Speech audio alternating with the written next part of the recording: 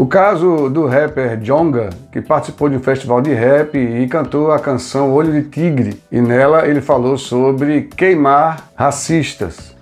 E o caso da criança de 11 anos que abortou um filho recentemente. É sobre isso que nós vamos conversar hoje.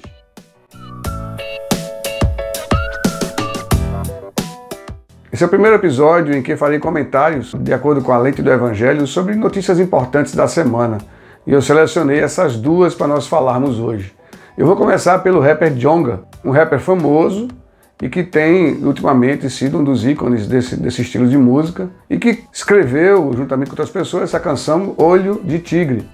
Uma canção que é um protesto contra o racismo, que tem uma letra boa, embora tenha alguns palavrões lá, mas faz parte do estilo musical. Mas uma letra de protesto, uma letra que faz sentido em muitas áreas e que segue a ideologia e o que ele sofre, o que ele sentiu na pele a vida inteira e os amigos dele. E eu quero de início dizer que realmente a letra dele é impactante e eu não tenho grandes questionamentos em relação à letra dele, mas apenas há um trecho que ele diz fogo nos racistas. E nessa apresentação que ele fez, ele encenou ao final dessa música, quando o refrão já entrou mais uma vez, fogo dos racistas, um homem, uma pessoa lá sendo realmente queimada, incendiada, e aquilo causou uma repercussão muito grande.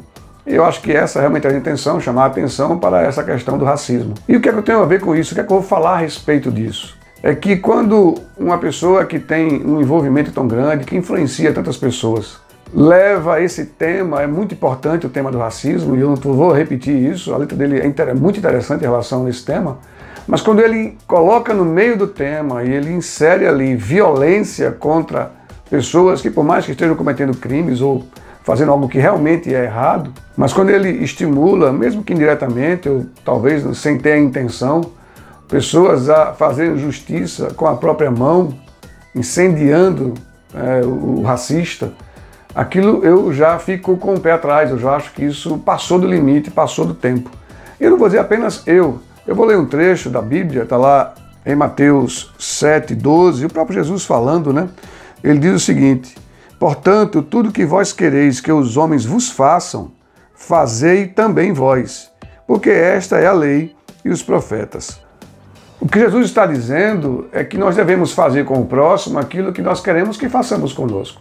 Então imagine se alguém que usa drogas ou que vende drogas, porque o usuário pode não estar vendendo, mas ele alimenta o negócio e outras pessoas estão entrando. Então vamos dizer que é uma pessoa que fuma maconha, e eu vou dizer aqui agora fogo, e quem faz isso. E eu vou dizer uma coisa, ele tem o direito da retórica. A liberdade de expressão, ela é e deve ser algo inquestionável, ele tem o direito de dizer isso. Mas eu me preocupo com a mensagem que está sendo passada. O Evangelho diz que nós devemos ter cuidado com isso. Não devemos desejar ao próximo aquilo que nós não queremos para nós mesmos. Então a letra é interessante, a letra é forte, a letra é instigante, desafiadora, ela machuca, ela fere, mas com relação àquela encenação em si, principalmente, em que literalmente tocam fogo no homem, se a gente não tiver cuidado, há pessoas do outro lado da tela que não tenham nenhum tipo de filtro e acham que aquilo deve ser o correto. Infelizmente há pessoas doentes em todo o planeta, e ao ver aquilo pode dizer, é isso que eu tenho que fazer. E ele identificar alguém que por acaso seja racista, nos moldes dele, no que ele acha que seja racista, e ele toque fogo. E isso realmente é algo que a gente tem que ter muito cuidado. Eu sou a favor da liberdade de expressão. O rapper está dentro da liberdade de expressão dele. Eu apenas vou dar minha opinião. Eu acho que essa frase, essa parte poderia ter sido retirada da letra, ou se mantivesse na letra, mas não se fizesse uma encenação como aquela. Aquilo realmente, do meu ponto de vista e no ponto de vista do Evangelho, eu acho que é desnecessário. Vamos falar agora sobre o outro assunto que eu achei pertinente tocar agora, e que está tão nas mídias, né, a questão daquela criança lá em Santa Catarina, com 11 anos, que engravidou, e foi entrada com ação para que ela fizesse o aborto, né, porque era fruto de um estupro.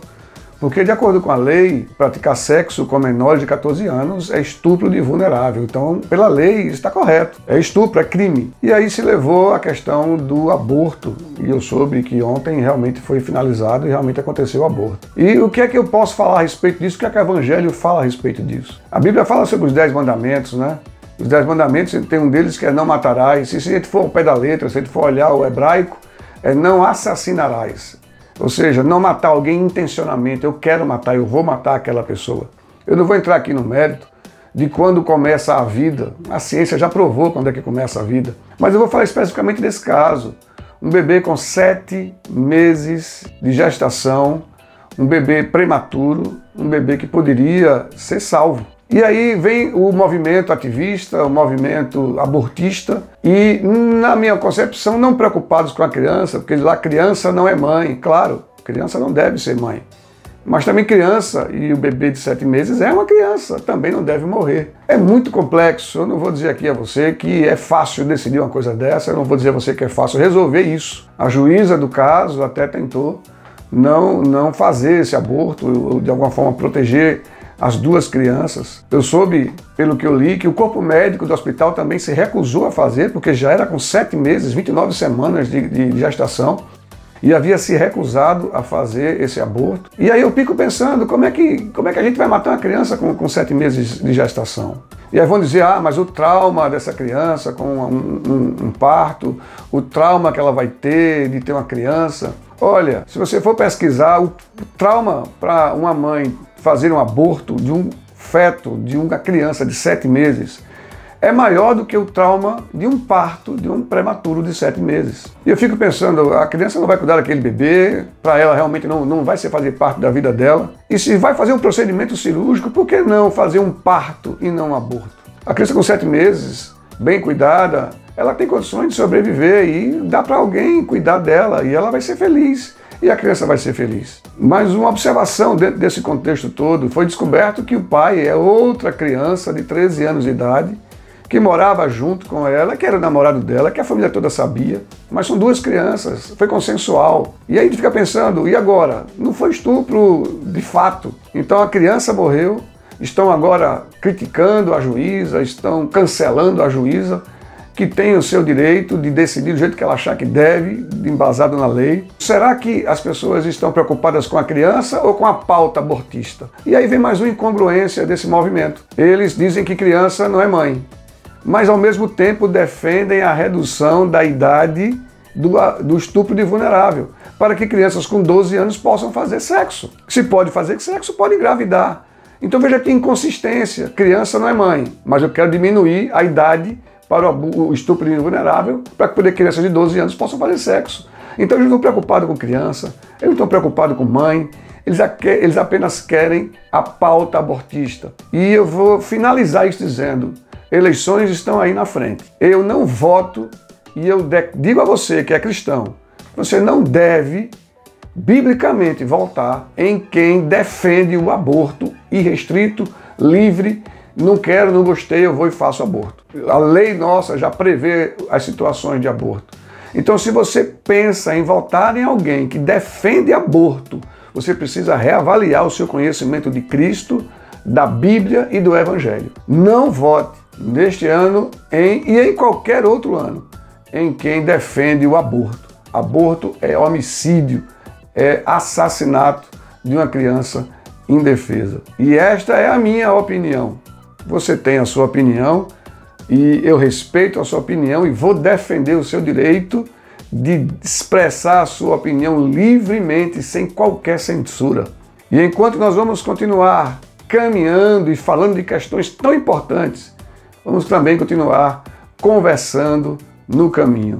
Deus abençoe você, Deus abençoe aquela criança que teve o aborto e sua família, em nome de Jesus.